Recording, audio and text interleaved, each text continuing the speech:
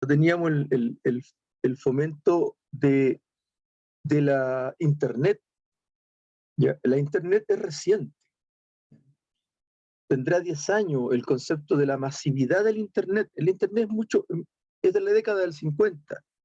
¿Ya? Eso era una arma defensiva de los aliados del lado no comunista, que era una red de comunicaciones entre ellos. Y bueno, ya se dieron cuenta en la década del 70 que nadie iba a ser capaz de apretar el botón rojo, por tanto no íbamos a tener una guerra nuclear o termonuclear y nos íbamos a ir al carajo todos. ¿No? Decidieron, obviamente, como todos los negocios, presentárselo a la audiencia pública, y ustedes han visto el tremendo resultado que tuvo el asunto del Internet. O sea, no hay nadie en el mundo que no use Internet. Yo he estado fuera del país, en poblaciones, pero así, casi de la edad de la piedra, en selva amazónica. Me tocó en una oportunidad ir como miembro de un proyecto UNESCO, y me resulta de que había, no era el jefe de la tribu, pero el hijo de uno de los personajes que había ido a la universidad. Él tenía su notebook, él tenía su tablet, y tenía conexión satelital, porque el Estado peruano le pagaba la posibilidad para poder incorporar a esa prácticamente tribu amazónica. Y le estoy hablando de una tribu amazónica de apoto pelado, de pata pelada, o sea, no le estoy hablando de gente para la tele, no, tribu. Y tenían conectividad. O sea, era, si querés tú, el aparato, el captador de señal, la antena. Y al 90% de los habitantes de ese lugar no le interesaba la conectividad, le interesaban otras cosas. Bueno, en lo personal les puedo decir por qué la gente en selva amazónica no usa ropa, ¿eh?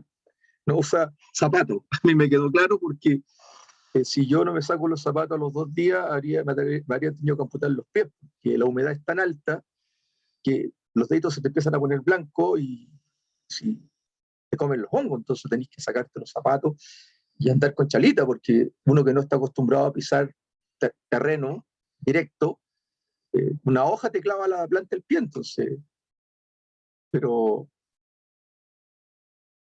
insisto, la ignorancia, chiquillo, la ignorancia de una época en que no existía la conciencia de la gravedad de lo que se estaba haciendo. Imagínense usted que entre el año 50 y el 60, países como Francia, que son como líderes espirituales de la tolerancia, líderes espirituales de la hermandad, de la libertad, de la fraternidad, de la democracia y todas esas vainas, los franceses explotaron como 25 bombas nucleares en el Adón de Mururá.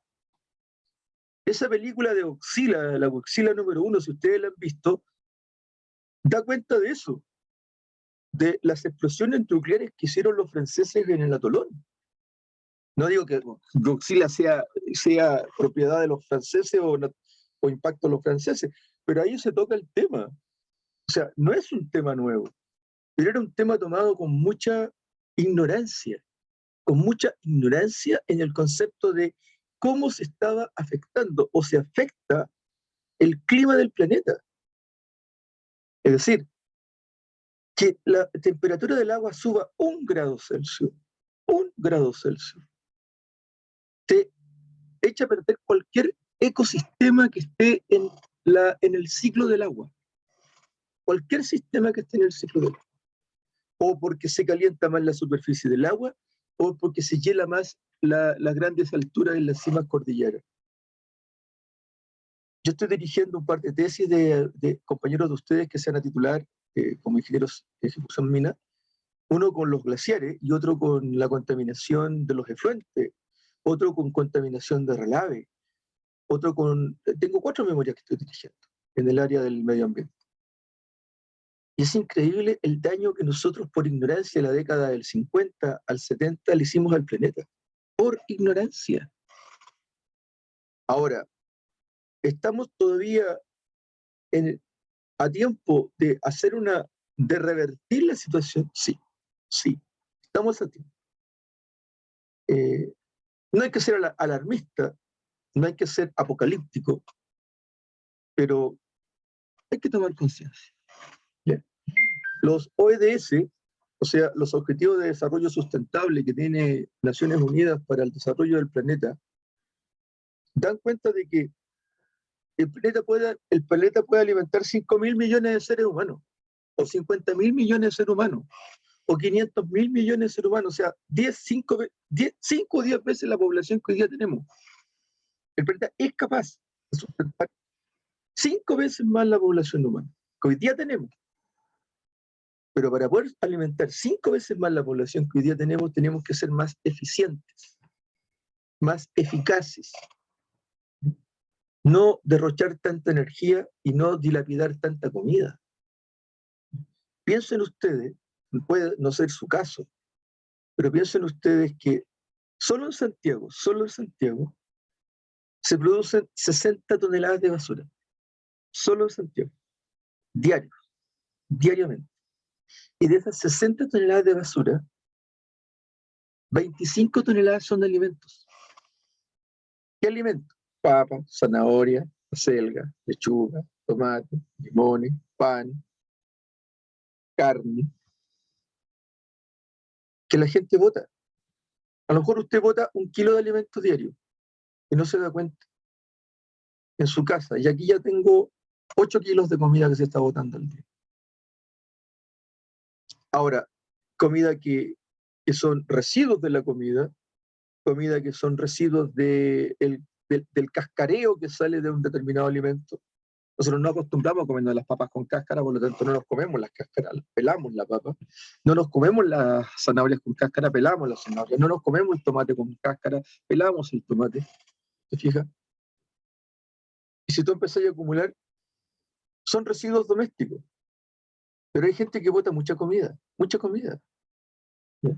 Que compran en exceso y no consumen y tienen que estar botando los 2 o 3 días porque ya cambió el color, porque ya sienten que el sabor es otro. Botamos mucha comida. Entonces no hay una racionalidad ni en la compra ni en la disposición de los alimentos. Y eso es a nivel mundial.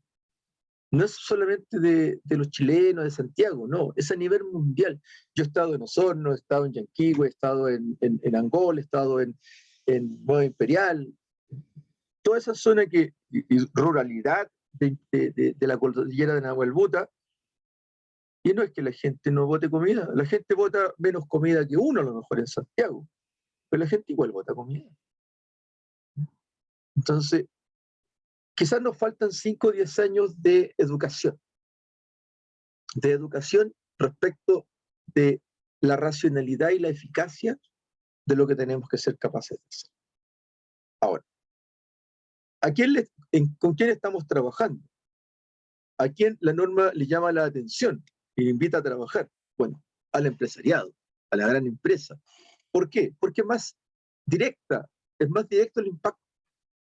O sea, si Planta Renca, que produce energía térmica, energía eléctrica mediante uso de energía térmica, transformación de energía térmica, tomamos agua, la transformamos en vapor, ese vapor lo generamos mediante la quema de petróleo, la quema de carbón, ¿me fija? O una mezcla de petróleo queroseno, o sea, de alguna forma calentamos, hervimos el agua, hacemos que se produzca el vapor mueve una turbina, la turbina gira, genera energía y Renca tiene una parte de energía.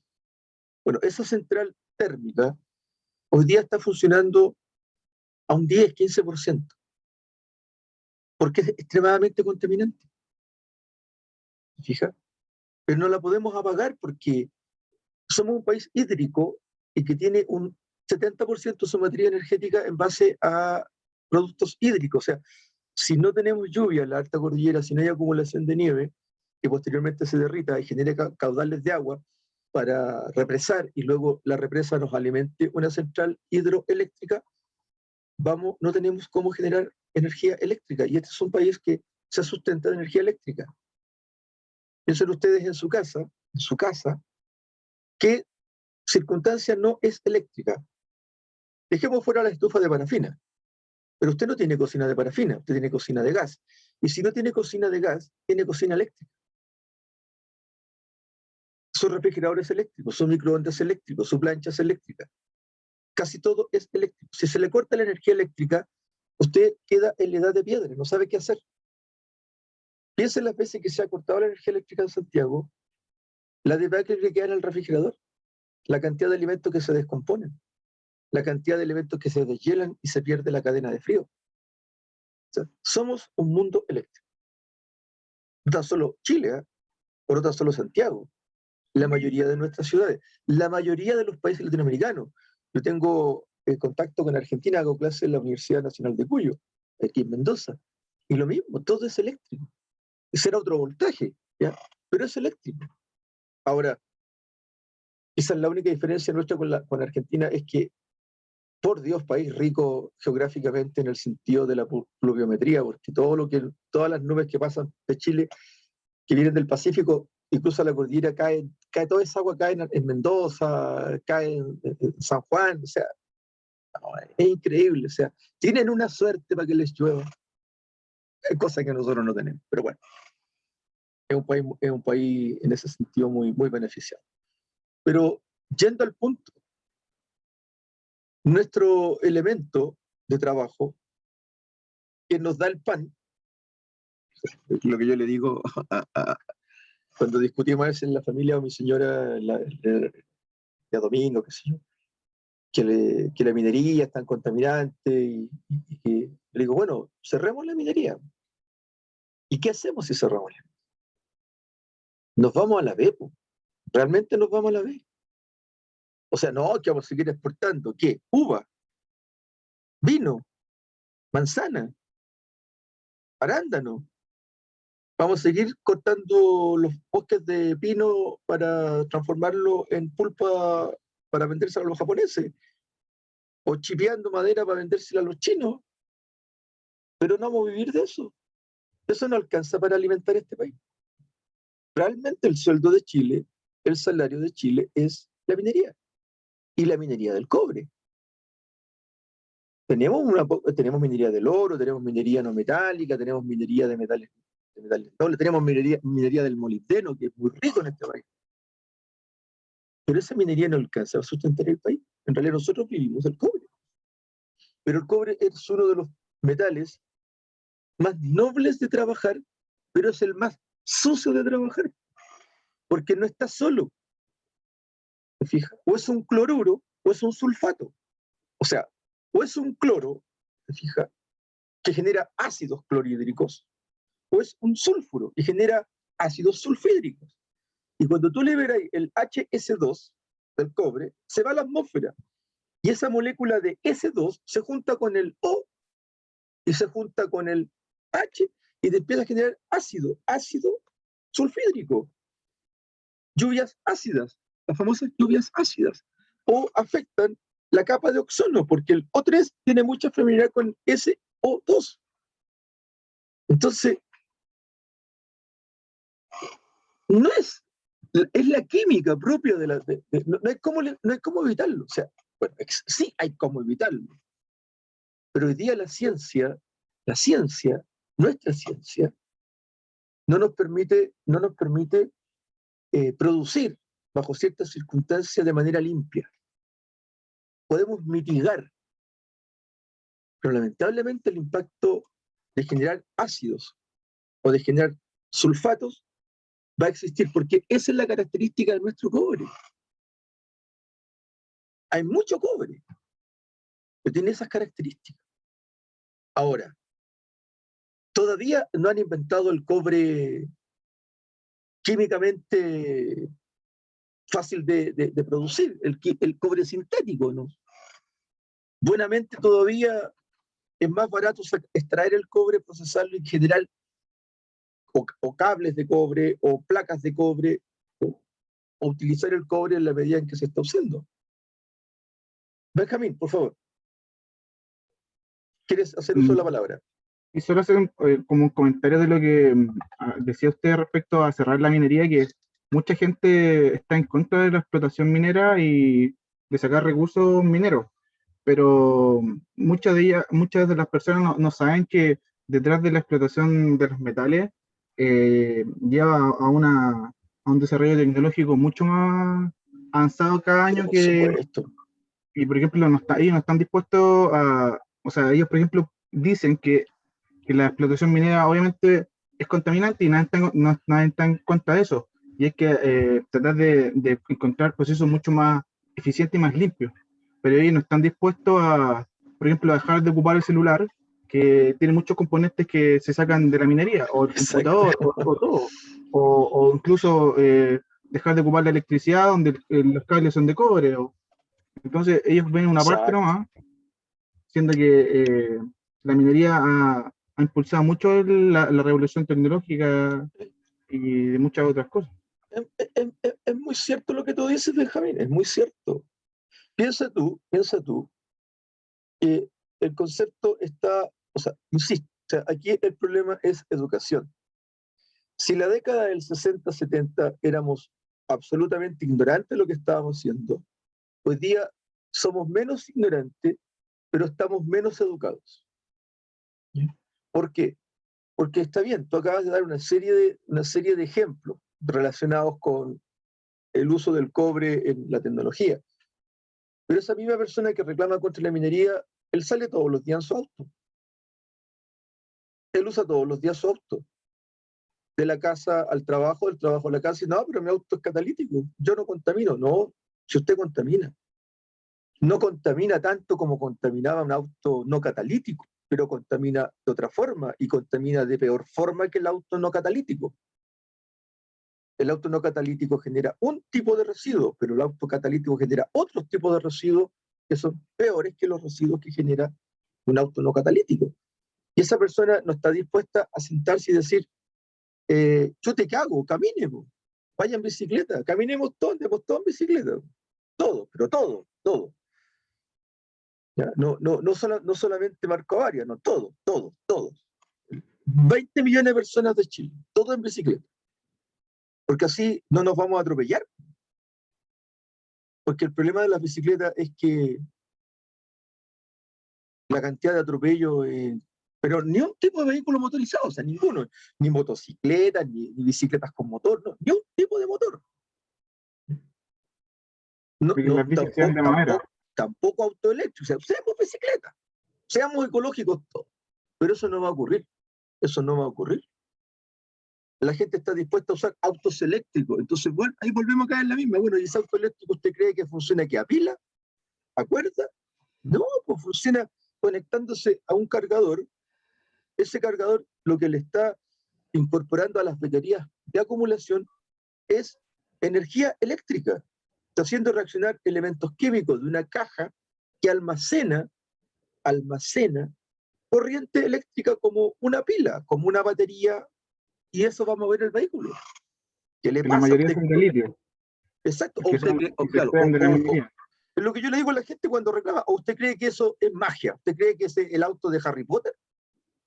No, el bus de Harry Potter se podía acostar, crecer, alargar y no usaba benzina, pero el bus rojo que pasa por frente de su casa, ese no usa benzina, pero usa energía eléctrica. Y la batería de ese vehículo es una batería exactamente tal como tú lo indicas, está en base a una batería de litio. Entonces, es la minería que se viene. Es la minería que va a llegar a ser un 30 o un 40% de la riqueza de este país. Pero aquí la riqueza claramente es el cobre.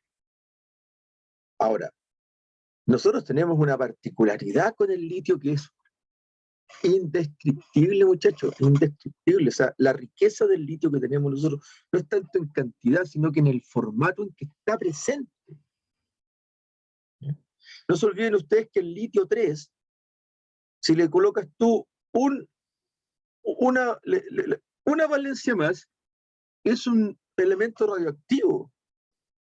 El litio 4 o el litio más 4 es un elemento radioactivo.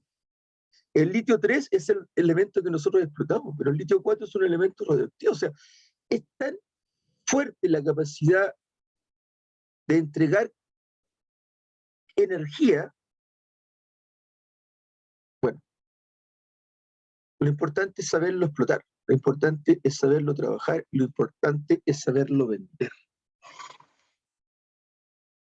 Las energías renovables, las energías modernas, van a hacer que el cobre sea más incorporado al quehacer tecnológico de una manera menos contaminante.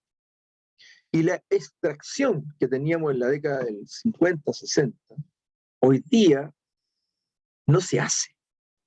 Hoy día nuestra extracción, nuestra molienda, nuestra fundición, nuestro moldaje o moldeo es totalmente distinto.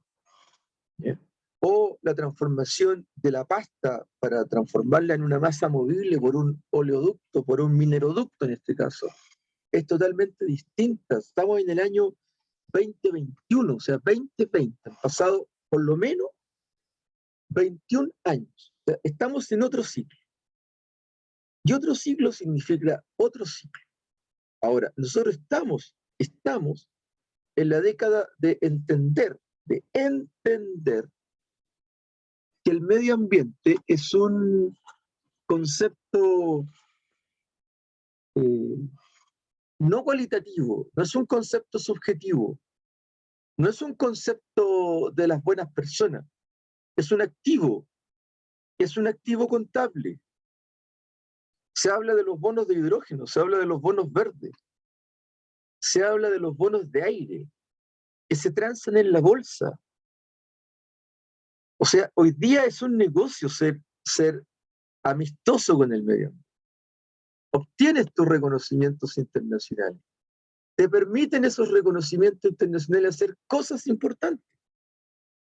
Fíjate, esta norma que vamos a empezar a ver ahora apunta a precisamente eso.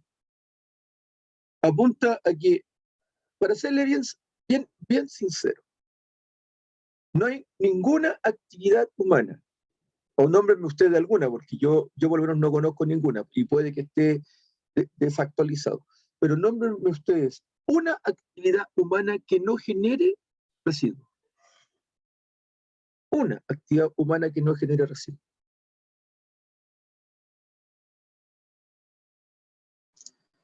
Todas, pues, profe. Sí, lo importante es generar lo menos posible, ser más consciente de lo que estamos generando. No hay ninguna actividad, o sea, yo no conozco ninguna. Es posible que a lo mejor... Profesor, sí, dígame. solamente una consulta, pero ¿las empresas que se dedican al reciclaje igual generan residuos? Sí, pues. Absolutamente. Hoy Ya, día, tenía esa duda. claro, hoy día le llaman de otra forma. Se ha disimulado el concepto de residuo. Hoy día se habla de huella de carbono. ¿Ha escuchado el concepto? Sí, creo que sí. Sí, lo he escuchado. Huella de carbono significa usted, nosotros,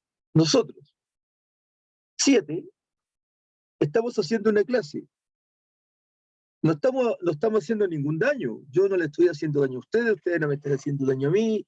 No estamos haciendo nada, excepto mirar una pantalla, ustedes escuchándome a mí.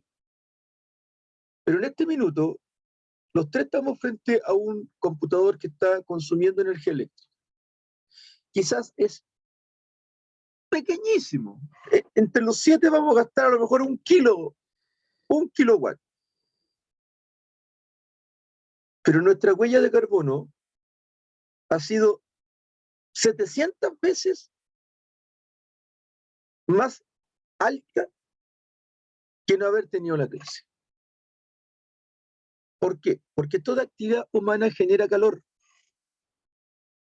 Mantener el computador encendido genera calor. Que el computador tenga un ventilador que le baja la temperatura no significa que el computador no está disipando calor al medio ambiente. No es una estufa, es un computador. Hacemos las proporciones. Pero esto se está calentando. Fácil en la mano por encima y te vas a sentir cómo sale el calorcito. Profe, ¿y el internet también no genera residuos? Pero todo, si el internet es una fibra, por muy óptica que sea. Entonces, por ejemplo, si nosotros todos estuviésemos todos con las cámaras encendidas, generaríamos mucho más residuos. Huella de carbono, exactamente. Cada uno de nosotros generaría más porcentaje en kilos de cantidad de carbono consumido. ¿Ya? Porque el calor es el consumo de carbono. Nosotros somos unidades biológicas que somos no, 90% carbono, 80% agua, pero 90% carbono. No, nuestros huesos, nuestra sangre, nuestro cabello, nuestra piel, todo nuestro cuerpo tiene la C de carbono. Los famosos hidratos de carbono. Todas las moléculas que nos conforman son de carbono, todas. Usted tiene una temperatura en este minuto, 35, 36 grados. Aumenta su temperatura. Yo estoy en polerita ahora porque tengo calor. Hay 21 grados o 22 grados en el exterior. Tengo calor. De donde estoy hace un poco de calor. No tengo frío, no tengo calor. Estoy bien, creo que equilibrado en el lugar donde estoy. Pero estoy emitiendo calor. Porque yo no sé si ustedes tuvieron termodinámica, pero un principio de la termodinámica es que los cuerpos tienden a equilibrarse o a buscar el equilibrio en el espacio en que se encuentran.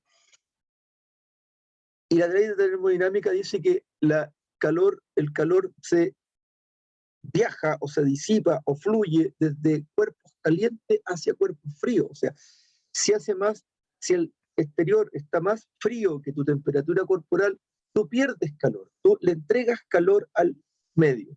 Y viceversa, si tú estás más frío que el exterior te entrega calor y tú sientes el calor. Tú sientes cómo te quemas con ese calor, sientes el calor, porque estás más frío, entonces tú lo sientes. Entonces, la ISO 14000, que es una norma que habla de la gestión medioambiental, dice lo siguiente. Por un concepto, un constructo, un consenso humano, los humanos nos pusimos de acuerdo en definir que algo es un residuo cuando es el resultante de un proceso, cuya característica principal es que no es utilizable. Ese es un residuo. Es el producto de un proceso que tiene como definición que no es de utilizar. Ahora, dicho de esa forma, apareció en la década del 90 el concepto de el reciclaje, la reutilización, el reuso.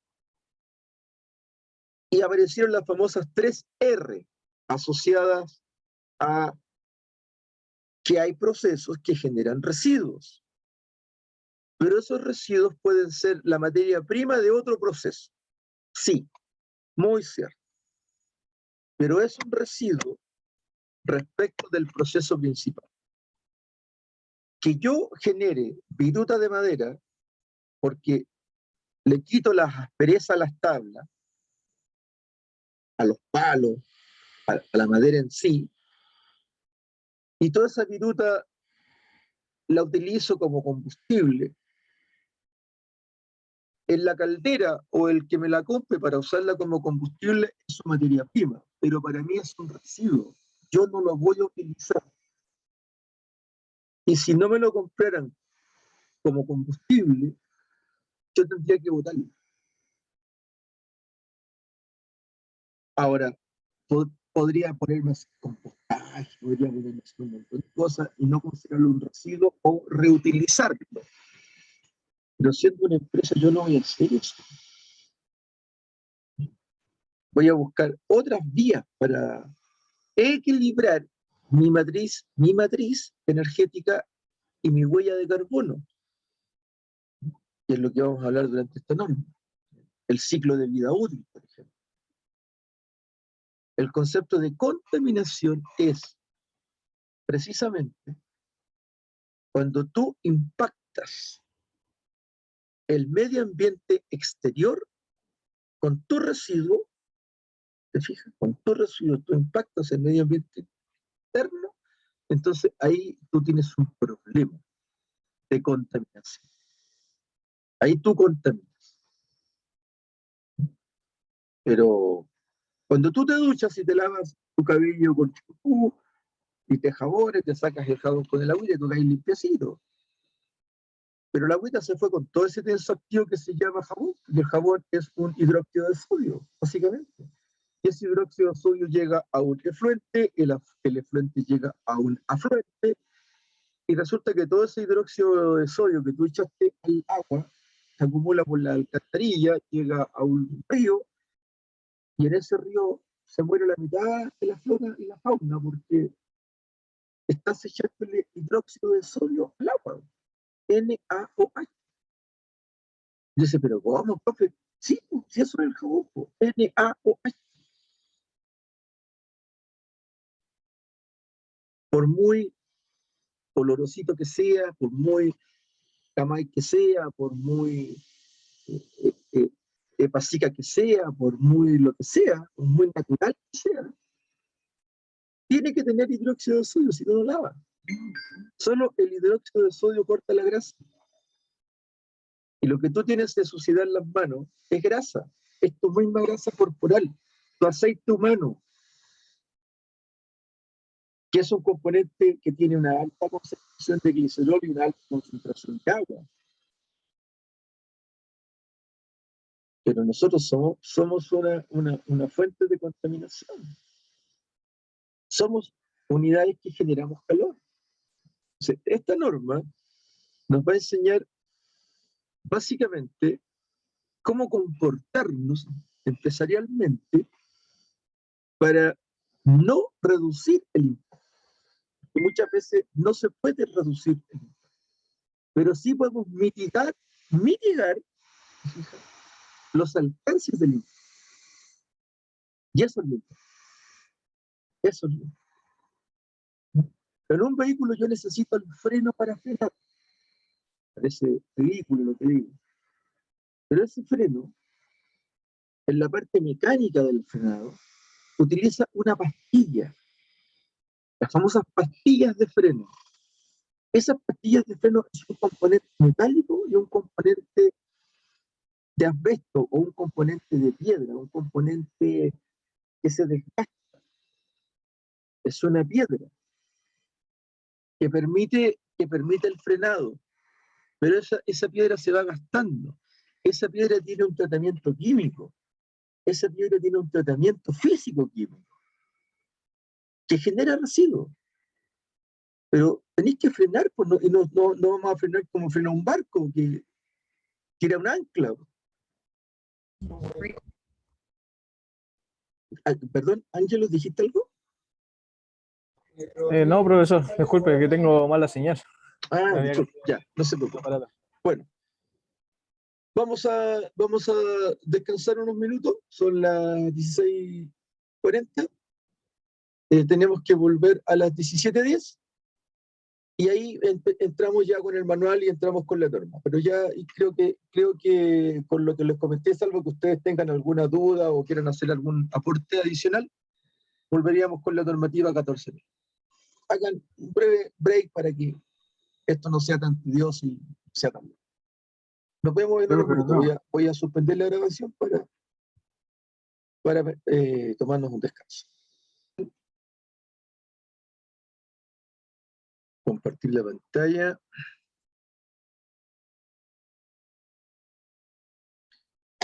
Para ir compartiendo con ustedes algunos conceptos ya un poco más elaborados. Ya hice la introducción, el objetivo que tiene,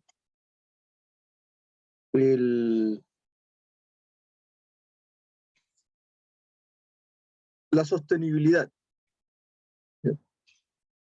La sostenibilidad es un concepto que tiene que ver con la modernidad. Lo sostenible es efectivamente que nuestro ecosistema planetario, ya ni siquiera el ecosistema marino, el ecosistema del ciclo del agua, el ecosistema nacional, no, el ecosistema mundial, el ecosistema planetario, de alguna forma u otra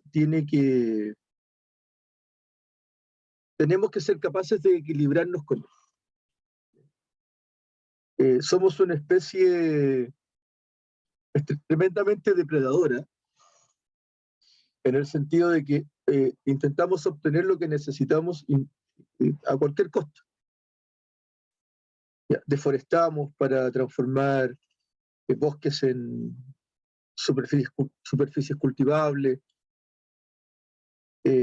granjeamos zonas costeras para transformarlas en productores de piscicultura, digamos. O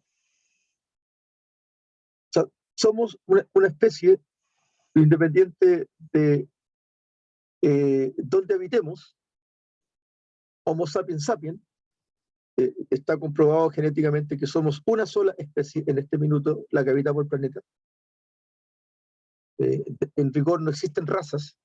Hay un libro de Homo Deus, Homo Sapiens, quizá sería bueno que lo leyeran, que de alguna forma u otra nos ha indicado que nosotros estamos insertos en un ecosistema.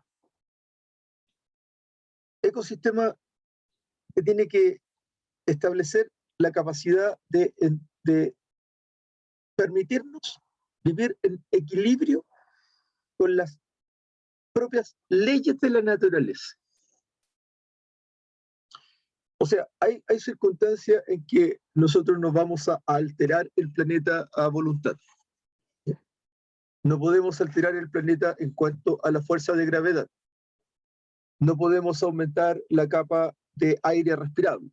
No podemos aumentar la frecuencia del oleaje. No somos capaces, aún no tenemos la tecnología para transformar conceptos básicos de la naturaleza. Tenemos la capacidad de impactar la naturaleza. Positivo o negativamente. Pero eso de lo positivo o negativo va a depender o depende exclusivamente del tiempo en el cual se haga ese análisis. ¿Ya? Porque 65 millones de muertos en la Segunda Guerra Mundial y 45 millones de muertos en la Primera Guerra Mundial suman 100 millones de muertos. Pero 100 millones de muertos no desequilibraron el planeta. Estamos hablando de 100 millones de muertos, pero no desequilibraron el planeta. El planeta no se reformó, no se deformó, no se conformó de una manera distinta. Quizás se cambió la estructura de frontera, la estructura del concepto de países, pero el ser humano siguió siendo el mismo. ¿Qué nos permitió la guerra? El desarrollo tecnológico que hoy día tenemos. ¿Qué nos permitió la Guerra Fría? El gran desarrollo tecnológico que hoy día tenemos. Y quizás una tercera guerra mundial, que a lo mejor nunca se va a producir, nos va a quizás permitir otro desarrollo tecnológico que hoy día ni siquiera me atrevo a pensar cuál podría ser.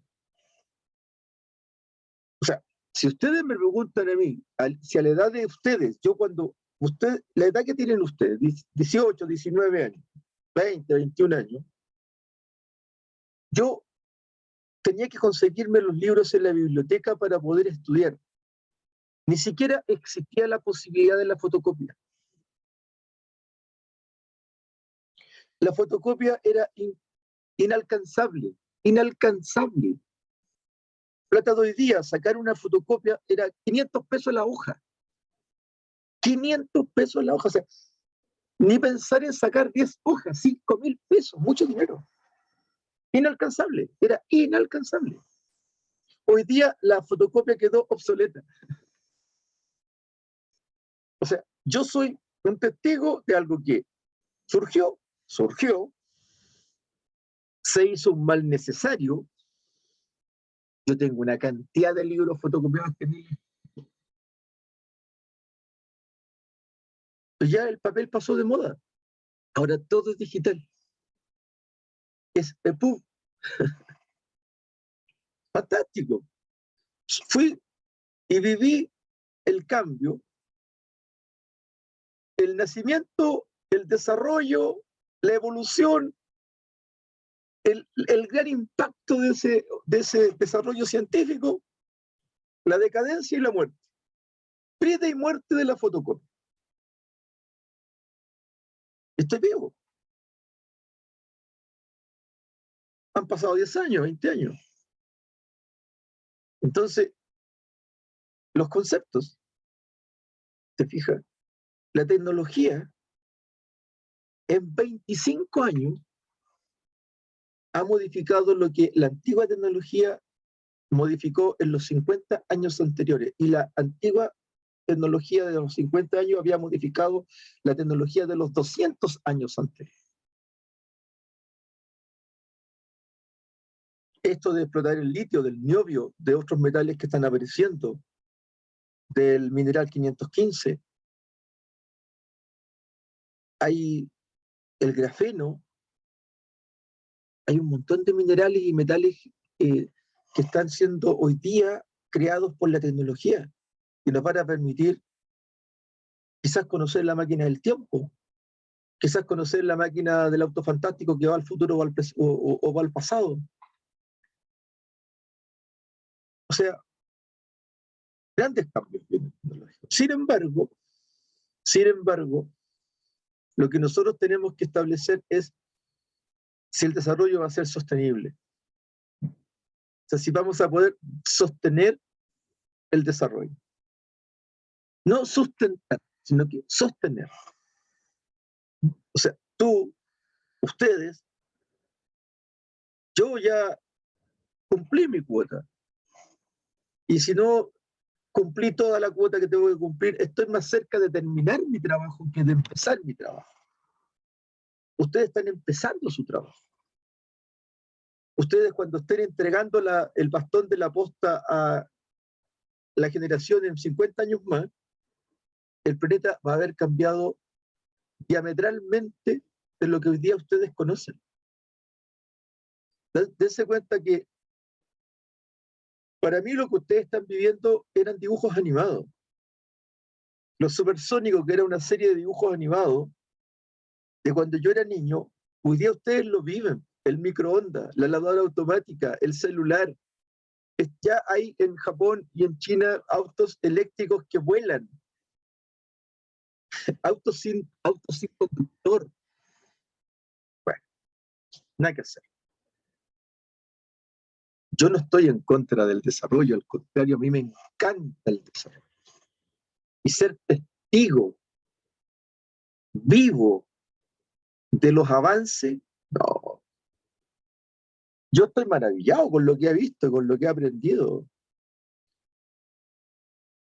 O sea, en 20 años más ustedes se van a comer una pastilla y les va a salir un riñón nuevo. Con 50 años más se van a tomar unas gotitas y van a salir los dientes que perdieron. O sea, bienvenida a la sostenibilidad. Bienvenido. ¿Qué significa ser sostenible? Significa crecer económicamente de manera inclusiva con el medio ambiente, de manera equitativa con el medio ambiente, y que sea, ojalá, lo más democrático posible, o sea, que todos toquemos el mismo pedazo o rebanada del pastel, todos. No estoy hablando de una utopía comunista, de una utopía socialista, de una utopía demócrata cristiana, de una utopía socialdemócrata, de una utopía imperialista, de una utopía nacionalista o de ultranacionalista, no. Estoy hablando de que ojalá como seres humanos todos podamos tener acceso a la educación, acceso a la salud, acceso a la vivienda propia, acceso a ser tratado como una persona. ¿Ya? Eso es lo que pretende, por lo menos Naciones Unidas, en el programa con el cual a mí desde Chile me ha tocado trabajar, porque tenemos que tener una agenda para el 2030. Al 2030 faltan 9 años, chiquillos, 9 años. 9 años no es nada. En transformar el mundo. Imagínense que hay una agenda 2030 para las ingenierías. 2030. Estamos ahí a 9 años.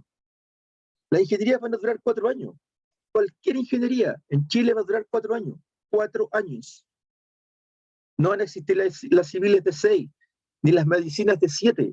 4 años. Las carreras van a durar 4 años, porque es lo que van a durar las carreras a nivel mundial, 4 años. O sea, usted va a salir de cuarto medio y en 4 años se va a preparar para una profesión con nivel de ingeniero.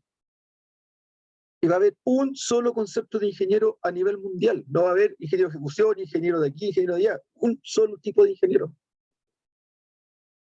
Eso se llama ser sostenible. Que todos conozcamos lo mismo. Que todos sepamos lo mismo. Que todos podamos trabajar de igual forma. Bueno, esa agenda, además, está tratando de que lo logremos sin que el planeta se vaya a la porra, pues. Porque vivimos dentro del planeta, pues. O sea, no explotemos el planeta para que el planeta no se explote, pues. Y eso se llaman los Objetivos de Desarrollo del Milenio,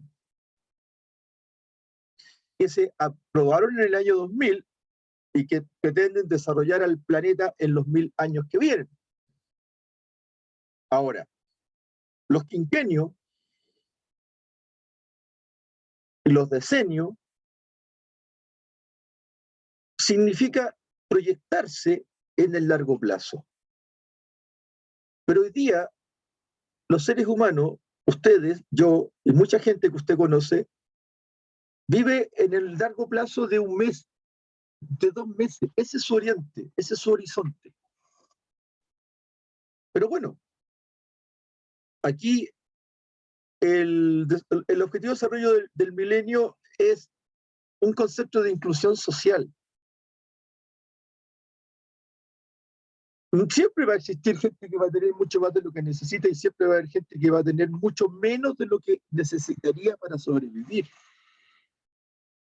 Pero si somos capaces de establecer un objetivo de desarrollo sostenible a nivel mundial, la Conferencia Nacional de Naciones Unidas para el Desarrollo Sostenible que se realizó en Río de Janeiro en el 2020, o sea, ayer, pues chiquillo, ayer, 2020, ¿se fija? Ratificó la que se celebró en el año 22, o sea, se prepararon durante 8 años para establecer los objetivos de desarrollo sostenible que son estos que están acá, 17. Voy a anotarlo acá, voy a dejar de compartir un segundito para anotar acá en el chat. La segunda tarea. Revisar los principios ODS de Naciones Unidas. Esa es su tarea. Hacer un trabajito de las páginas que les resulten. 5, 10, 15, 50, la que ustedes quieran. De estos objetivos de desarrollo sostenible. Están basados en principios y que obviamente a mí, lo que me interesa desde la ISO 14000 o 14K, son obviamente los que tienen relación directa con el medio ambiente. Es donde me gustaría que ustedes pusieran mayor énfasis. Ya, porque el 16, paz, justicia, institución sólida, bueno, puede haber paz, justicia, instituciones sólidas del medio ambiente. ¿Ya? El respeto a los pueblos originarios, por ejemplo.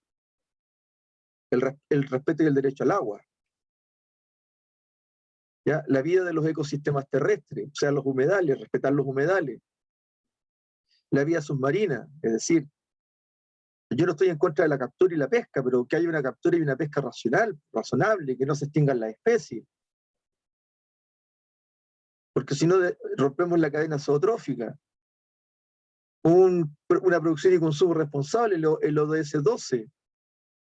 Entonces, revisen por favor, esto está muy simple. Usted se mete a la web y pone ODS, Naciones Unidas, y le van a aparecer. Y están desarrollados, están desarrollados. Hay libros de 200 páginas. Yo no quiero que usted repita un libro de 200 páginas. Haga un estudio. Hágase consciente. Eso es lo que yo quiero. Que se haga consciente de esta agenda. ¿Ya? Porque le va a servir a usted. Me va a servir a mí. Yo le voy a poner una nota. de una segunda tarea. Que Profe, se va a dígame. esa se va a considerar como el control 2 que se debe entregar Sí. el 20 y algo, ¿cierto? Exactamente, ese es el control 2. Ah, ya. ¿Ya? ¿Esa sería la Entonces, fecha, profe, de entrega? perdón, no te escuché. ¿Cuál sería la fecha de entrega? A ver, si la fijamos, es el 25 de junio.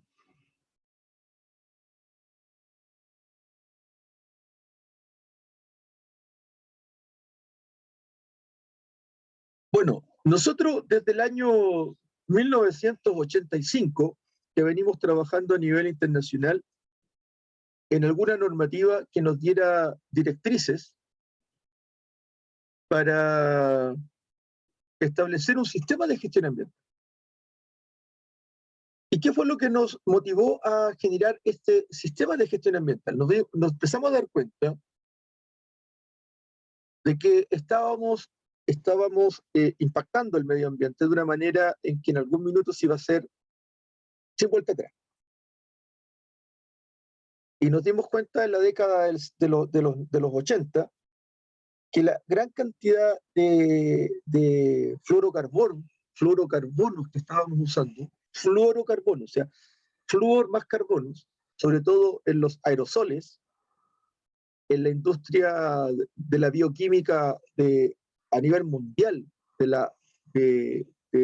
tratamiento o el control de las plagas, se hacía con productos clorofluorados, o sea, cloro y flúor. Y el flúor es el que usted le puso en los dientes para que no se le produzcan caries, y el flúor no es malo. Pero el flúor, cuando rompe la cadena química, se va a la atmósfera. Y cuando el flúor sube a la atmósfera, se une con el ozono y lo transforma en un óxido de flúor. Pero perdimos el ozono, y el ozono es una capa que protege a la Tierra de los rayos ultravioleta del Sol. Entonces, el forado que tenemos en la capa de ozono, que abarca desde el centro de la Antártida y que ya está llegando prácticamente a la ciudad de Osorno, no es menor.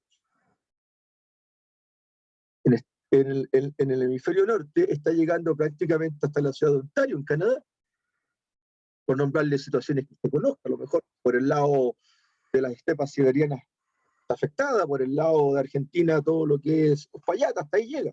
Pero bueno, lo que conocemos.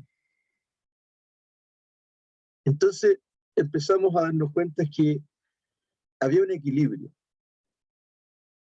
que muchos ingenieros químicos, muchos estudiosos de la bioquímica ambiental empezaron a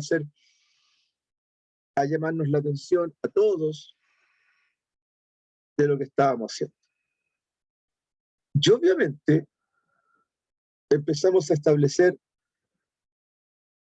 oiga, no es un asunto solo de América, solo de Europa o de Asia. Podemos vernos como elementos distantes, pero hubo un señor, Gorbachev, presidente de Rusia en su minuto, antes de que fuera una federación, cuando la Unión de Repúblicas Socialistas Soviéticas era la URSS, el señor Gorbachev habló y estableció un concepto ante las Naciones Unidas y habló de la aldea global. Y dijo, hasta donde yo sé, no conozco otro planeta que nosotros podamos habitar. Y si no hacemos cuenta de que esta es la única tierra que tenemos y que esta es una aldea global, nos guste o no nos guste, tenemos que ser capaces de convivir los seres humanos con los seres humanos y los seres humanos con el medio ambiente. Bueno, obviamente, señor Bono sacó aplausos, pero de pie. Pero no es la posición de Gorbachev, sino que es un llamado de atención de una persona que está al otro lado del planeta, que técnicamente es un enemigo del planeta porque tiene pensamientos comunistas respecto de la otra forma de pensar del planeta, que es el pensamiento americano. Entonces empezó el planeta a decir, estamos invirtiendo una cantidad enorme de recursos en la industria militar, en circunstancias que no, estos recursos no los vamos a utilizar en una guerra. Y el planeta empezó a cambiar. Empezamos a reinvertir esos excedentes o a reinvertir esa materialidad, esa genialidad que tiene la industria bélica en la industria comercial civil. Y empezamos a tener otro tipo de autos, otro tipo de aviones, otro tipo de trenes, otro tipo de comunicaciones, otro tipo de combustible, otra refinación distinta del petróleo. Empezamos a tener elementos que empezaban a hacerse más amistosos. Y así surge el eco-management. Es decir, establecer una administración del punto de vista de lo ecológico. Y surge el Programa Europeo de Ecogestión y Ecoauditoría, EMAS, 1993. Imagínate, media vuelta, 40 años nos demoramos en darnos cuenta que estábamos derechito al precipicio. Derechito al precipicio. Entonces, el principal objetivo de este programa europeo fue establecer una legislación comunitaria que se transformó posteriormente en una legislación de carácter mundial. El Tratado de Maastricht del 92 fija, de alguna manera, lo que Europa empieza a solicitarle a todos los países que negocien con ellos el cumplimiento de ciertas normas de protección del medio ambiente. Por ejemplo, la disposición de las basuras. Yo le exporto a Europa vinos, y me compran vino. Y yo tengo que hacerme cargo del vidrio, del cartón y de los pallets en los cuales yo estoy enviando ese vino. Porque ellos se van a tomar el vino, pero va a quedar la botella. Entonces, esa botella tiene que ser reciclable, el pallet tiene que ser reciclable, el cartón tiene que ser reciclable. Entonces, empieza a haber una, ¿te fijas? La rueda empieza a moverse, me empiezan a obligar de una manera u otra, de manera legal, de manera bonita, pero que me afecta el bolsillo, porque si yo soy exportador de vinos, si yo soy exportador de manzanas, yo no sé, aquí obviamente, yo ya les dije que yo soy una persona que tiene más de 60 años, así que a mí no me preocupa eso, pero yo no sé si ustedes se acuerdan que antiguamente, mejor ustedes eran muy niños, las manzanas en Chile se envolvían en un papel morado. Las manzanas de exportación se envolvían en un papel muy bonito, pero de color morado. Yo no sé si alguna vez ustedes lo vieron. Yo al menos nunca. No, yo tampoco. Un papel muy parecido a lo que ustedes conocen, quizás como el papel de mantequilla, muy parecido al papel de la servilleta, pero de color morado, era muy bonito. Y los europeos dijeron, oiga, si el papel no es feo, el papel es precioso, pero es tremendamente contaminante, ¿qué le pasa? No me mande nunca más este papel. Chuta. Y dejamos de exportar manzanas envueltas en ese papel. Claro, se veía re bonita la manzana envuelta en el papelito morado, pero para obtener ese colorante morado en el papel era tremendamente tóxico el proceso de obtención del color morado para el papel. Yo, no, señor, ¿qué le pasa? Mándeme la manzana, por último, si quiere usted envuelta en otro tipo de papel, pero no en ese papel morado, papel blanco, ¿qué le pasa? Entonces, la legislación europea, no, América básicamente, y a nosotros como país exportador de materias primas, nos obligó. No es que lo hayamos hecho de buena voluntad, nos obligó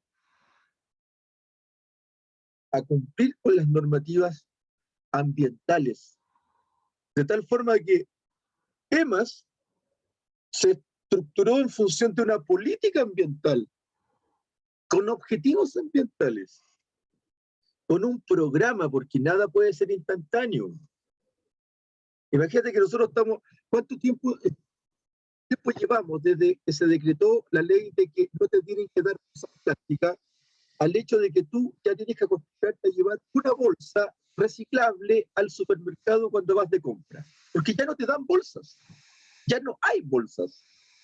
Pero tuvimos 1 año y medio, 2 años prácticamente, educando a las personas para que llevaran la bolsa.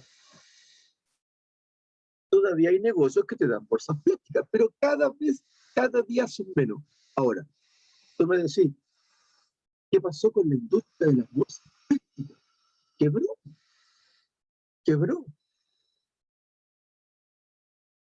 Murió por la Asociación de Industriales del Plástico. Ahí están llorando, pero a mares. Yo conozco muchas industrias del plástico que cerraron, y más encima vino la pandemia. Todavía. Pero la bolsa plástica, por norma, ¿te fijáis? Por ley, dejó de existir. Pero apareció la bolsa de papel, de nuevo. Entonces, claro, no produzco plástico, pero estoy produciendo papel. Y el papel significa pulpa de madera. Y la pulpa de madera significa árboles. Y los árboles hay que cortarlos, hay que procesarlos, hay que transformarlos en pulpa, la pulpa en papel. O sea, quizás la huella de carbono respecto del plástico, respecto del papel, choca, no sé. No, pero es que no es comparable, no es comparable. Porque el plástico que va a tardar 500 años en reciclarse y algunos 5.000 años, no es comparable con el papel. No es comparable. Pero el plástico se puede hacer reciclable, el plástico se puede hacer absolutamente amistoso con el medio ambiente, pero hay que invertir en tecnología. Hay que invertir en tecnología. Sí, hacer plástico es muy fácil, es muy barato, pero es tóxico, no es biodegradable. Se demora 5.000 años en desaparecer en la Tierra. Pero un plástico que demore 5 días, o 5 años, o 5 meses, o 5 semanas en desaparecer, cuando se entierra, es 50 veces más caro. Entonces se va a producir un equilibrio entre la bolsa de papel y la bolsa de plástico que dice biodegradable. Ustedes han fijado que hay bolsas que dicen soy plástico, pero soy biodegradable. Pero es más caro. Esa bolsa ya no te la regalan, te la venden. Sí. La información a las personas, ¿te fijáis? Es vital. Y no existe ningún proceso que sea instantáneo. Ahora, ¿qué es la gracia? ¿Cuál es la gracia hoy día? Que no necesitamos cambiar toda una población para que la gente madure. Ustedes, que tienen entre 18 y 21 años, ya hicieron el cambio. Sus hijos ya van a nacer dentro de un cambio. Y sus hijos vienen formateados para cambiar antes que ustedes consideren el cambio. Y eso se llama mejora continua. Ahora, ¿a qué nos obligó Lemas? El Lemas nos obligó a hacer estudios de impacto ambiental en Chile. En nuestra minería del cobre, producir una tonelada métrica de cobre es muy barato si yo no cumplo no le hago caso a ninguna restricción ambiental. Tiro la basura, los relaves, tiro el contaminante al aire, no hago ni un caso, contamino, pero a diestra y siniestra, la tonelada métrica de cobre me sale casi regalada, 0,35 centavos. Pero si yo le meto tecnología y ya no puedo hacer lo que hacía en la década del 30, el 40, el 50, 70, 80 muchas veces en algunos casos, entonces ya no me cuesta 0,38 centavos la tonelada, me cuesta mucho más que eso. Perdón, la libra la tonelada. Me cuesta mucho más que eso. Me cuesta $1.20. Pero estoy obteniendo el mismo producto que obtenía hace 50 años, pero con un 85% menos de contaminación. Porque si no, no me compran el cobre, pues no me lo valorizan en la bolsa de valores de metales. Porque tengo que cumplir con la EMA, tengo que cumplir con la evaluación ambiental europea para poder negociar mi cobre, para que me compren mi cobre. Ahora, ¿dónde está mi ventaja comparativa? ¿Por qué sigo siendo, aun cuando los costos de producción se han elevado por el respeto al medio ambiente, dónde está la ganancia? La ganancia está en que estoy a 200, 300 kilómetros de la costa, o estoy a 200, 300 kilómetros de un puerto. Un mineroducto de 180 kilómetros baratísimo. No tengo que moverme 1.200, 1.500 kilómetros como lo tienen que hacer los peruanos, o lo tienen que hacer los canadienses, o lo tienen que hacer los australianos. Entonces todavía son muy baratos. Porque no tengo que moverme en situaciones donde la accesibilidad a los puertos de transporte es más difícil. Fíjate en la zona norte, es plano. No hay grandes cordilleras en la costa, no hay grandes acantilados que sortear, es plano. La diferencia entre el mar y la cota alta de extracción, 3.000, 4.000 metros. Pero bajáis en línea recta en 2 horas, estáis en el plano. Entonces, nuestros costos operativos y logísticos son los que nos permiten ser competitivos. Aún respetando todas las normas ambientales pertinentes. Esa es la gracia que tiene nuestro país. Esa es la gracia. Por lo tanto, nosotros tenemos la posibilidad, fíjate, tenemos la posibilidad de ser, de un trabajo equitativo, de un trabajo equilibrado, de no ser, de que nuestro proceso no sea un proceso que se tenga que hacer altamente costoso desde el punto de vista de los cumplimientos ambientales y que nos saque del mercado. Pero sí necesitamos tener un sistema que haga una evaluación de impacto ambiental. Porque obviamente el impacto ambiental puede ser antropológico, arqueológico o histórico. Hay muchas veces que hay asentamientos humanos de la prehistoria que no podemos llegar y meternos ahí y alterarlos. Porque son un patrimonio no tan solo del país, sino que a veces son un patrimonio de la humanidad. Una declaración de impacto ambiental, pasa a un proceso de sistema de evaluación ambiental, en donde ese sistema me va a indicar si es competente o no. Si es competente, podrá pasar a una tramitación gubernamental para los permisos. Y si no es competente, o sea, si no pasa la etapa de la evaluación ambiental, porque es altamente contaminante y no existe la tecnología para evitar la contaminación, entonces se le tiene que decir simplemente que no es competente. Y se acabó.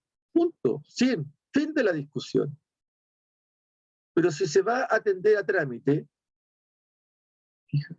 puede ser que durante la tramitación surjan antecedentes que indiquen que técnicamente es inviable y por lo tanto el proyecto se torna inadmisible, como estaba pasando con Dominga.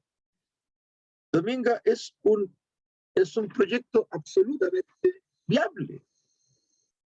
No genera grandes impactos ambientales, No hay traslado de personas, no hay compromiso de flora y fauna de la zona autóctona,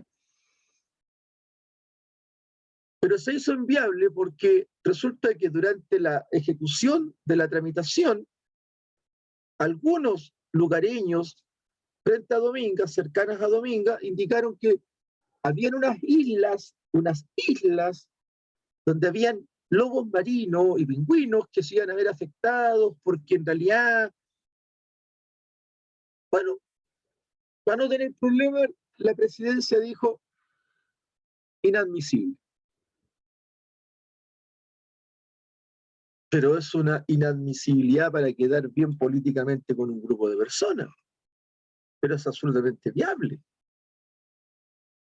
Entonces, ahí vienen nuevas evaluaciones.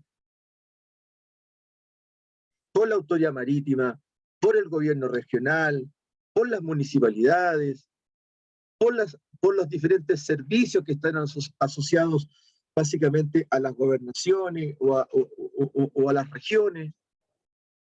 Y cada organismo emite su evaluación sectorial.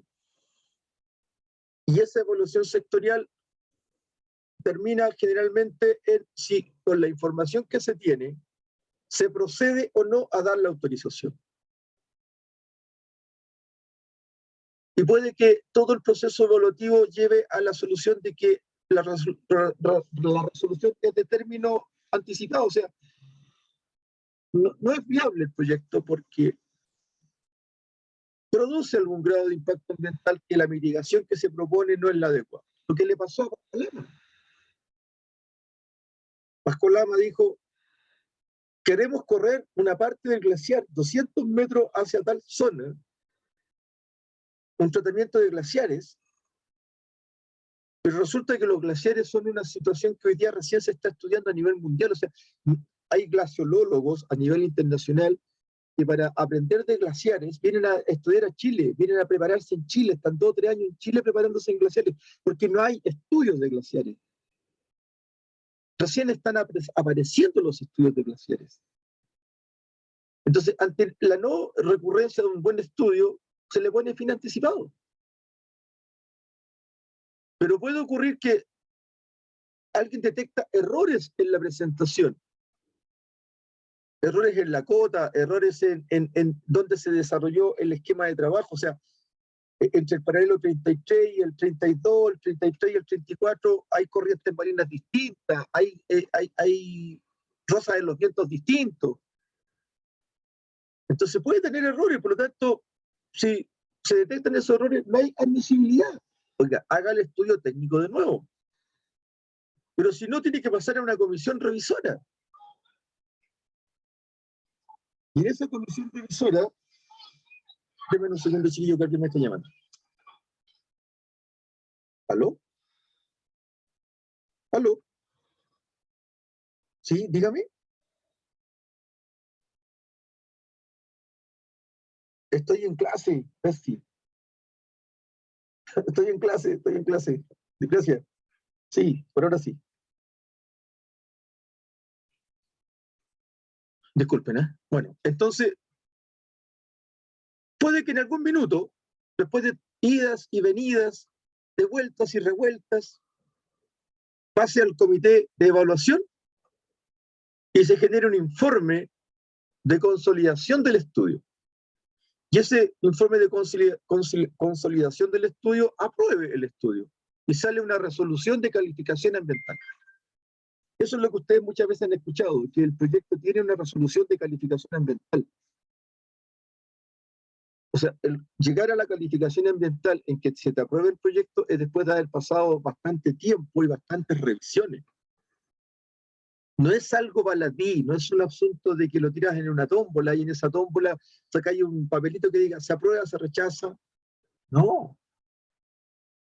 Un proyecto con una buena resolución ambiental puede tardar 3 meses, pero hay proyectos que pueden tardar 3 años, porque va a depender de la envergadura de lo que estás utilizando, del criterio que está. Por ejemplo, hay un estudio de impacto ambiental que lleva como 10 años de estudio, porque tiene que ver con el tratamiento de sustancias radioactivas.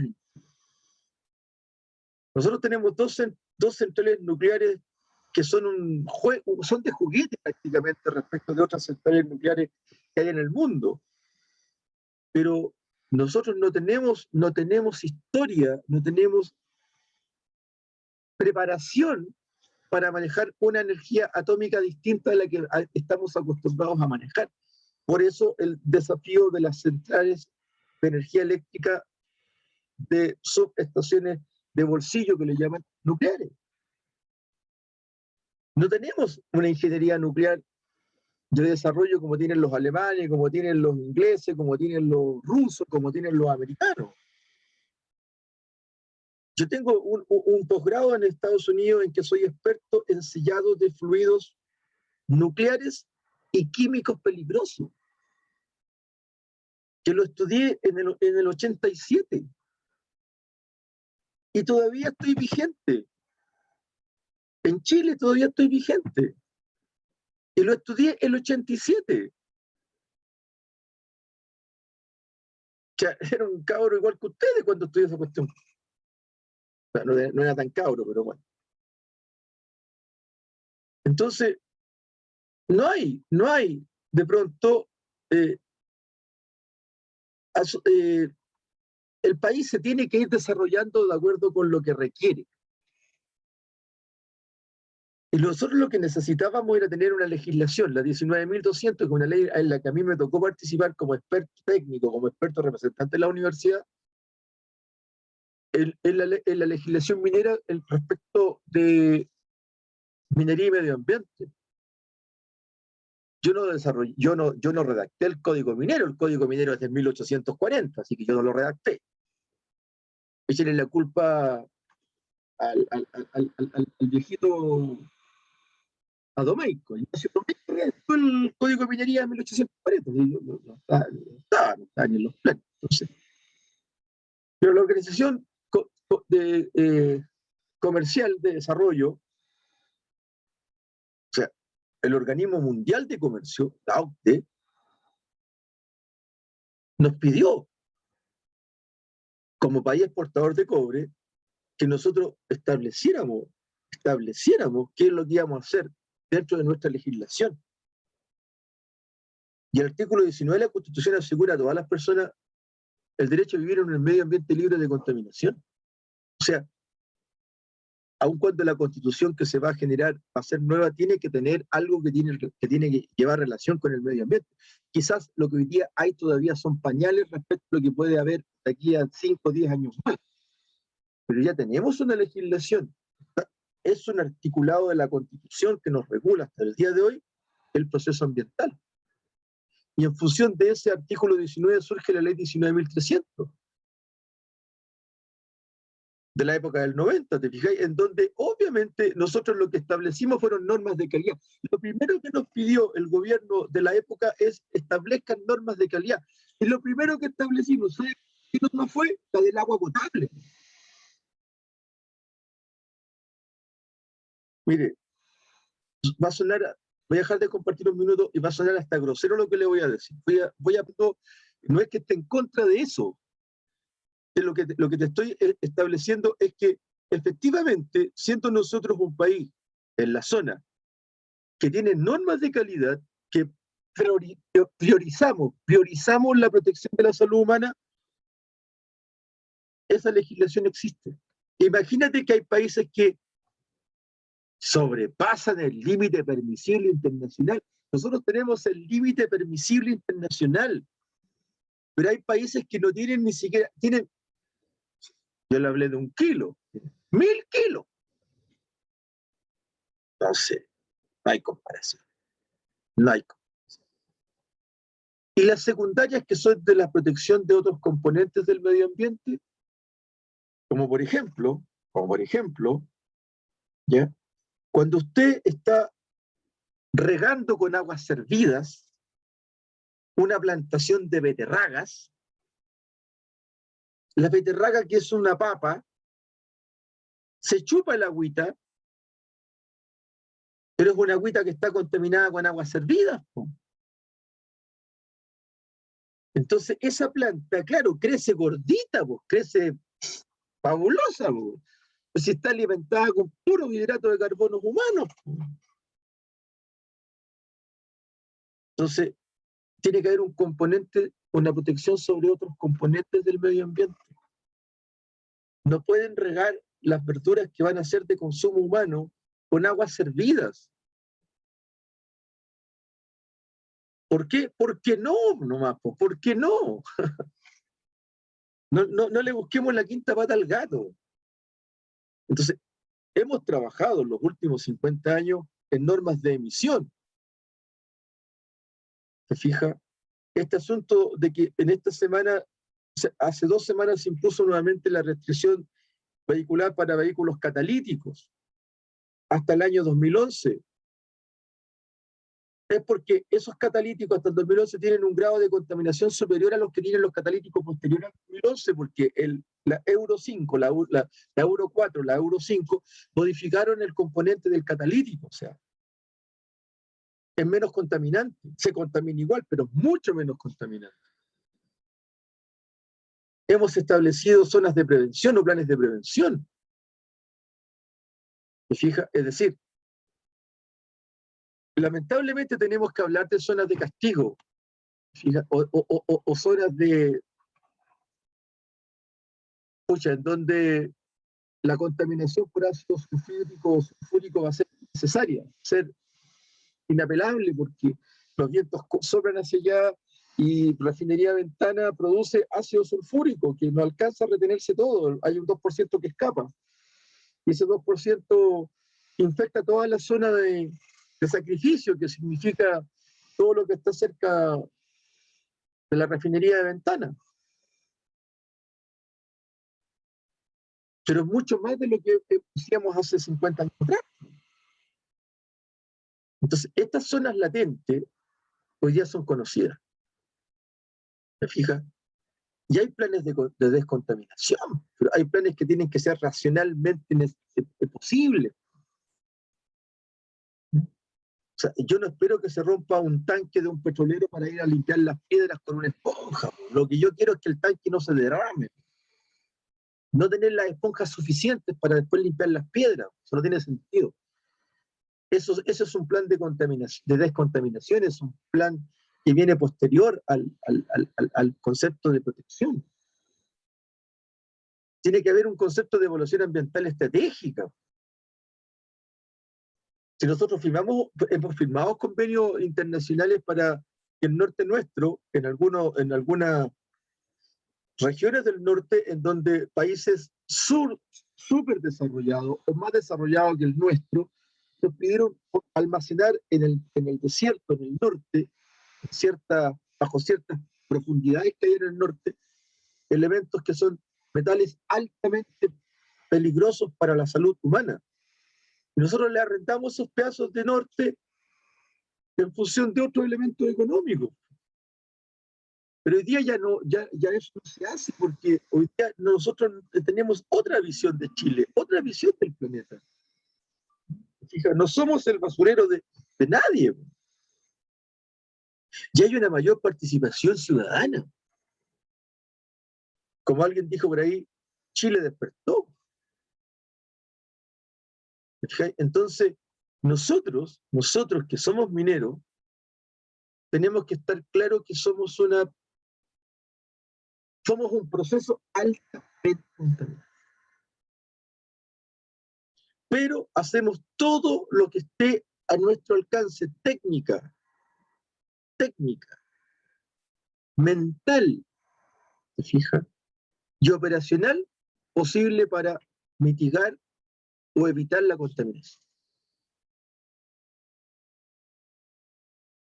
Dentro de las posibilidades de lo que hoy día la técnica nos permite. Tenemos la ley 18.248 del 83, pues viejo. El reglamento de código minero del 87, el reglamento de seguridad minera del 2004. O sea, hoy día todos estos reglamentos están siendo reestudiados, reanalizados, porque la minería técnica y tecnológicamente ha cambiado. Entonces hay resoluciones de calificación ambiental. resoluciones de calificación. El CERNA-GEOMIN tiene la ventaja gubernamental y administrativa de hacer recalificaciones ambientales. O sea, lo que consideró en algún minuto factible, podría recalificarlo y decir, esto ya no es factible y te cierra. ¿Te fijas? Una faena minera. Y para cerrar una faena minera está la ley 20.551 que no existía, que es la que regula el cierre de faenas mineras. ¿Con qué objetivo? Con el objetivo de resguardar toda la zona adyacente y subyacente a la faena minera. Porque si no va a pasar lo que pasó con la minería del salitre, pues la gente se fue y dejó todas las porquerías tiradas. Háganse cargo de la basura ustedes. Así es re fácil trabajar. ¿Te fijas? Entonces, hoy día nosotros, chiquillos, tenemos una serie de marcos regulatorios en donde se habla de la responsabilidad extendida. Estoy analizando una memoria de un colega de ustedes que se va a titular, donde la responsabilidad extendida del productor y fomento al reciclaje la está desarrollando en función de la reutilización de los neumáticos que los camiones mineros dejan de utilizar. Neumáticos que ustedes saben, un diámetro de 4 o 5 metros, son 4, 7, 8 toneladas de neumáticos que tienen una vida útil. Y cuando hay que reemplazarlo por uno nuevo y el viejo queda ahí tirado. Pero ahora hay una responsabilidad extendida del productor y fomento al reciclaje de esos neumáticos. ¿Te fijas? Porque si no vas a hacer un residuo que queda tirado ahí en los campamentos nortinos, ahí. Las usan de paredes, ¿te fijas? Para evitar el viento. Bueno, una serie de proyectos que están en tramitación, como el servicio de la biodiversidad, la protección de la flora y fauna, la protección de los pueblos indígenas, el proyecto de consulta indígena. Eso fue lo que gatilló que Pascualapa no se llevara a cabo, la consulta indígena.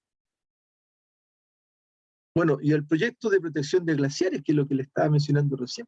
Yo estoy guiando una memoria en protección de glaciares. Que no sé si usted leyó, pero en la última revista de minería de Chile salió Cochilco y algunas mineras llorando porque Chile se va a ir a la P si se aprueba la ley de glaciares. No es así. No es así. Va a ser más caro, si no. Vamos a tener que usar tecnología menos destructiva, porque ni siquiera puedo hablar de invasiva, menos destructiva, frente a los glaciares. Porque es el agua de los próximos 200 años, vos viejo. O sea, o voy a dejar sin agua a los hijos de tus nietos. O sea, yo ya no voy a estar vivo. Pero me gustaría que los hijos de mis nietos, o sea, los nietos de mis nietos, no tengan agua. ¿Por qué? Porque a mí se me ocurrió que la ley no constituía. Bueno, ha sido harto, queda pendiente para la próxima clase iniciar ya el estudio de la 14.001. Voy a dejar de compartir. Me veo oscuro porque no encendí la luz de este lugar, de donde estoy. Disculpen que me vea así. Pero si me paro a prender la luz, me queda como a 3 metros, no me va a dar el cable del micrófono. Así que, chiquillos, como siempre, un placer trabajar con ustedes. Espero no que lo que les dije no haya sido algo que suene apocalíptico, porque no lo es, ni tiene el interés de ser una persona destructiva de lo que hemos hecho, al contrario. Creo que en lo que me ha competido hacer a mí como profesional en mi país, que es Chile, he entregado todo lo que la ingeniería, todo lo que la universidad, todo lo que la vida laboral me ha podido y permitido hacer. Pero soy consciente de que las tecnologías han cambiado. Soy consciente de que hay cosas que en la época en que yo desarrollé y trabajé como asesor consultivo, hoy día ya prácticamente eso está obsoleto. que tiene que ser reemplazado por nuevas visiones. Y esas nuevas visiones tienen que llevarnos a, bueno, nuevos mecanismos de análisis, nuevos mecanismos de estudio. Porque de eso se trata, de crecer. ¿Ya? Imagínense que el proyecto EMAS, que partió en el 95, ya tiene más de 20 años. Y ya Europa ha cambiado 7 veces su proyecto EMAS. Entonces, ha habido una evolución. Bien. Les agradezco la gentileza de haber estado conectados. Nos estaríamos viendo el Profe, tiempo. una consulta. Sí, por favor. ¿Las clases dónde se van a subir? ¿Perdón? ¿Las clases dónde se van a subir? Estas clases yo las tengo en un virtual. Ah, es que no aparecen. No, ya, voy a revisarlo. Al parecer no están, porque yo he revisado un par de veces y no hay nada en lo que es ¿Va virtual. a para habilitar nosotros. un virtual para nosotros? Bueno, se las voy a enviar a ustedes, Sí. se las voy a enviar directo. Ya, Yo, profe, gracias. Pero la estaba subiendo a un virtual. A lo en un mejor, virtual, porque profe, de no hecho sale están los nada. códigos ahí para. Yo tengo 2 códigos habilitados. Y en los 2 códigos subo las clases. Que revisé antes de la clase y no Miren, salía voy a nada. subir la clase. Y voy a ¿Sabe, fijarme profe? bien en el código en el cual la estoy subiendo. Y se Profe, lo Ya. voy a indicar al correo, Em, ¿ya? Porque a lo mejor se profe. están metiendo en una que no está habilitada. Lo Porque que yo pasa, ustedes profe, los es que tengo a inscritos, nosotros los nos tengo asignan inscritos, yo los tengo inscritos a ustedes en un virtual. profe, Dime, acabo de revisar y hay 2 electivos 1, y por eso yo creo que es porque en el electivo 1 que está más abajo, no el que sale con el nombre completo, ahí están las clases sí, subidas. yo las he subido, mira, por eso les digo, voy a revisar cuál es el electivo que contiene las clases para que se metan en ese punto. Sí, yo termino la clase, la edito y la subo. Sí, profe, ahí están. El que no tiene el nombre completo. Incluso el otro no tiene código. Usted la subió donde sí tenía código. Es que a mí me dijeron, súbala con ese código. Ah, Yo ya. la subí ahí. Sí, ahí están, profe. Pero, como les digo, o sea, todas las clases están ahí, todas, igual que los apuntes. Sí, sí están acá. Ahora, ¿por qué no les mando la clase a sus correos? Porque un compañero de usted me dijo el semestre pasado que la clase es muy pesada. Sí. Entonces, les satura inmediatamente la capacidad de su almacenamiento. Bueno, Sí, sí, mejor que estén ahí. entonces, ahí en un virtual ustedes las pueden ver cuando quieran. Y ahí la universidad es la que tiene, carga con esa cuenta, entonces yo también la subo porque si no me pesa mucho el computador y empiezo a tener menos espacio. Sí. Ahí revisé yo por mi cuenta, por lo menos, que sí, efectivamente están, pero están en un electivo 1 que no tenía el nombre del curso. Porque hay otro electivo que sale el nombre completo del curso, entonces quizá ahí se genera la confusión. Sí, Ya, pero están, ¿se fijan? Están. Sí, pero sí, sí están. Así que búsquenlas por favor porque están. Yo termino la clase, la edito y la subo. Ya, Ya, profe, profe. gracias. Lo que yo le estoy mandando a ustedes generalmente en la clase es el módulo. Por ejemplo, el módulo que revisé, ese se los voy a mandar, el escrito, porque ese no pesa tanto. Ya. Pero la clase, el video propiamente tal pesa mucho. Sí, pues.